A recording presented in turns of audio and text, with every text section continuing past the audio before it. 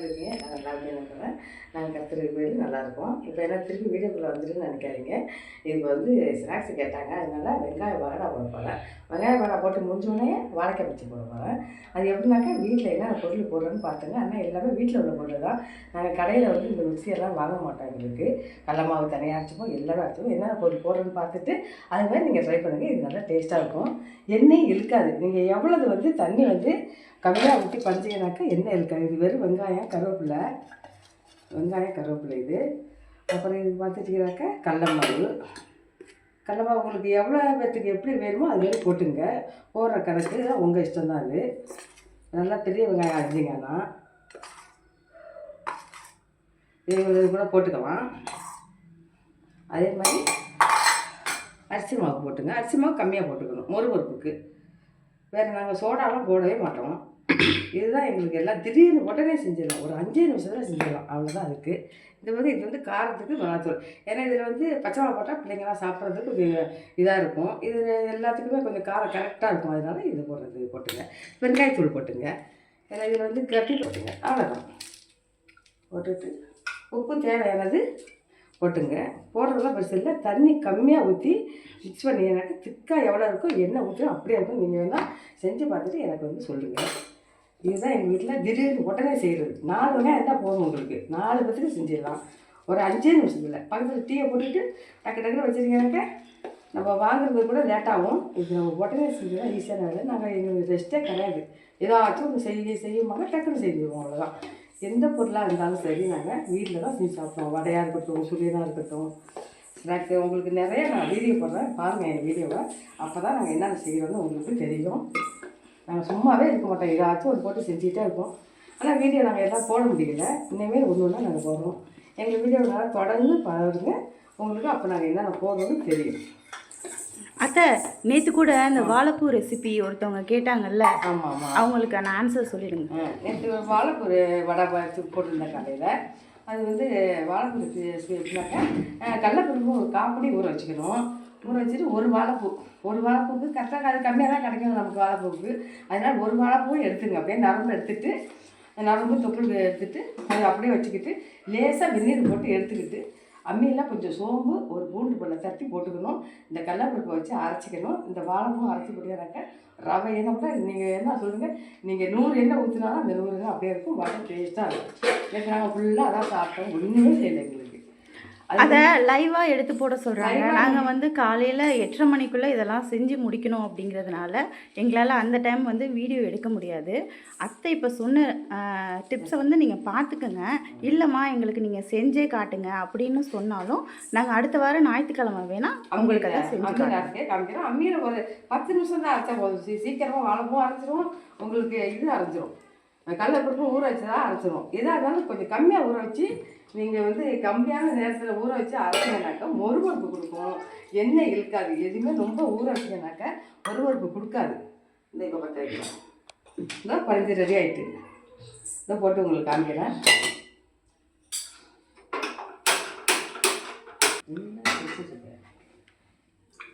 எது நீங்கள் செஞ்சாலும் கொஞ்சம் கம்மியாக எண்ணெய் தண்ணியை கம்மியாக ஊற்றி பறிஞ்சு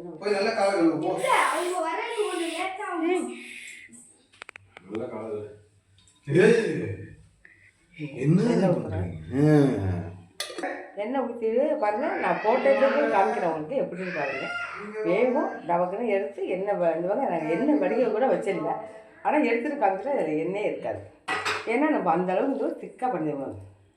இதுதான் ஆரோக்கியம். வெங்காயம் நல்லது. கருவேப்பிலை போட்டிருக்கேன். இதில் நம்ம வீட்டில் உள்ள அரைச்ச தனி மிளகாத்தூள் கொஞ்சோண்டு போட்டிருக்கேன். காரத்துக்கு இல்லாட்டி இனிக்கும்ல உங்களுக்கு கடல மாவு, அதனால போட்டிருக்கேன். பச்சை மாவு போட்டால் பிள்ளைங்க சாப்பிடாது. இதுனாக்கா உங்களுக்கு டக்குன்னு சாப்பிடுங்க. ஒரு டீயோ பாலோ குடிக்கிறது கொடுத்தீங்கன்னாக்கா ஒரு இவ்வளோண்டு நீங்கள் வச்சா கூட ஒரு தட்டு நிறையா இருக்கும். அப்படியே பிள்ளைங்களுக்கு கொடுத்துடலாம். நீங்களும் சாப்பிட்லாம். திருப்தியாக சாப்பிட்லாம். கடையில் போய் வாங்கிக்கிட்டு நீங்கள் கடைக்கு போய்கிட்டு அந்த நேரத்தில் உடனே திடீர்னு செய்கிற ஸ்நாக்ஸ் இதுதான்.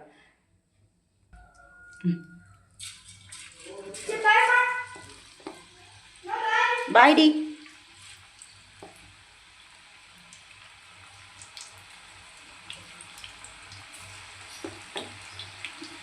வெங்காயம் வந்து உடம்புக்கு நல்லது.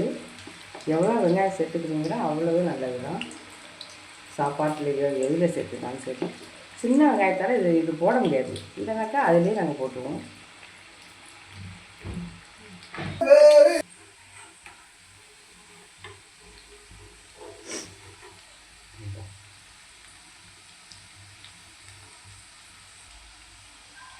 இப்போ வரும் சொல்லுங்கள், இங்கே வந்து எண்ணெய் ஊற்றுறது நீங்களே பாருங்கள். அதுக்காக இது வந்து எண்ணெயே இது இருக்காது.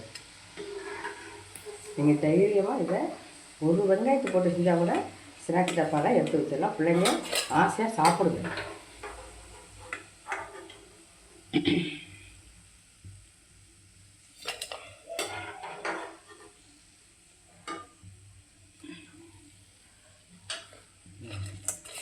எண்ணெயே வராது, கையில் எண்ணெய் இருக்காது. இந்த எண்ணெய் கட்டு நான் எல்லாம் போட்டு எடுத்துகிட்டு காமிக்கிறேன். இது வந்து எல்லாமே போட்டு எடுத்து முடிய போகுது. அடுத்தது இந்த எண்ணெயிலே பச்சை போட்டுருவோம். பக்கத்து அடுப்பில் டீயை போட்டு ஸ்நாக்ஸ் ரெடின்னு வச்சிட வேண்டாம். இந்த எண்ணெயை பார்த்துங்க,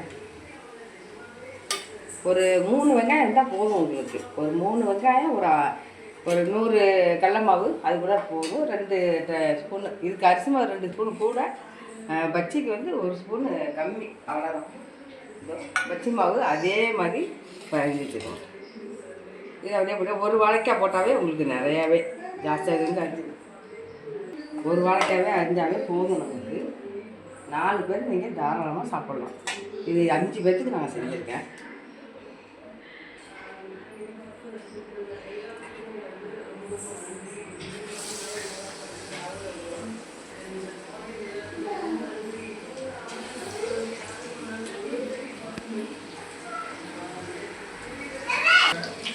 போட்டு பக்கத்தில் டீ குடிக்கிறாங்க, அவ்வளோதான். ஞாயிற்றுக்கிழமை ஸ்நாக்ஸு ரெடி. டீ போடல. இப்போ டீ போட்டுட்டு அடுத்தது இதெல்லாம் டீ போட்டுட்டு இதெல்லாம் குடிச்சிட்டு அடுத்தது எனக்கு என்ன வேலை இருக்குதுன்னு பார்த்தீங்கன்னாக்கா குலோப்ஜாம் போடுறோம். குலோப்ஜாம் போட்டு வச்சுப்போம். நாங்கள் டெய்லி ஏதாச்சும் இந்த மாதிரி நான்வெஜ் சாப்பாடு சாப்பிட்டோம்னாக்கா 2 ஸ்வீட்டுக்கு எடுத்து போட்டுப்போம். அதான் சொல்கிறேன், நான் எதுவுமே கடையில் வாங்க மாட்டேன், எல்லாமே வீட்டில் செய்வோம். எங்கள் மருமகள் சொல்லும் பாருங்க, ஒரு வீடியோவில் சொல்லும், எல்லாம் விரிவாக சொல்லுவோம். நிறையா நாங்கள் வீடியோ போடுறப்போ ஒன்று தான் சொல்லுவோம். உங்களுக்கு எதுவுமே எனக்கு வீட்டில் கடையில் வாங்கவே எனக்கு பிடிக்காது. வீட்டில் செஞ்சால் இது வந்து திருப்தியாக சாப்பிட்லாம். ஒன்றுமே போடல பாருங்கள், வச்ச பாருங்க எப்படி இது பாருங்க, ஒன்றுமே போடல. வெறும் கடல மாவு 2 அரிசி மாவு தான் போட்டிருக்கேன். சோடா கூட 1 பெருங்காயத்தூள், வீட்டில் அரைச்ச கடல மாவு.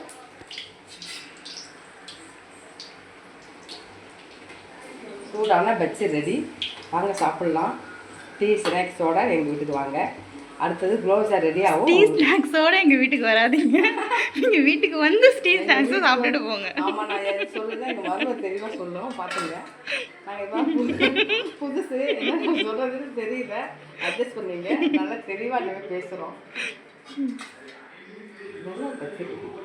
பஜ்ஜி ரெடி, பக்கோடா ரெடி, அங்கே டீயும் ரெடி ஆகிட்டு இருக்கு. இதை முடித்து சாப்பிட்டுட்டு அடுத்த வேலை, அதான் சொல்கிறேன்னு நாங்கள் சும்மாவே இருக்க மாட்டோம். ஏதாச்சும் செஞ்சு பிள்ளைங்க இருக்கிற இடத்துல டக்குன்னு கேட்கும். நம்ம கடைக்கு ஓடி போய் வாங்க முடியாது, நம்ம வச்சுக்கிட்டா டக்குன்னு எடுத்து கொடுக்கலாம். சுத்தம் சுகாதாரம் இதாக இருக்கும், உங்களுக்கு ஆரோக்கியமாக இருக்கும். நம்ம செய்கிறது எல்லாம் நல்லா சுத்தம் பண்ணி நம்ம எல்லாமே செய்வோம். அதுக்கு தான் நான் எங்களுக்கு கடையில் வாங்குறது விரும்பவே மாட்டோம். நீங்களா தேங்க்யூ. அந்த வீடியோவில் பார்க்கலாம்.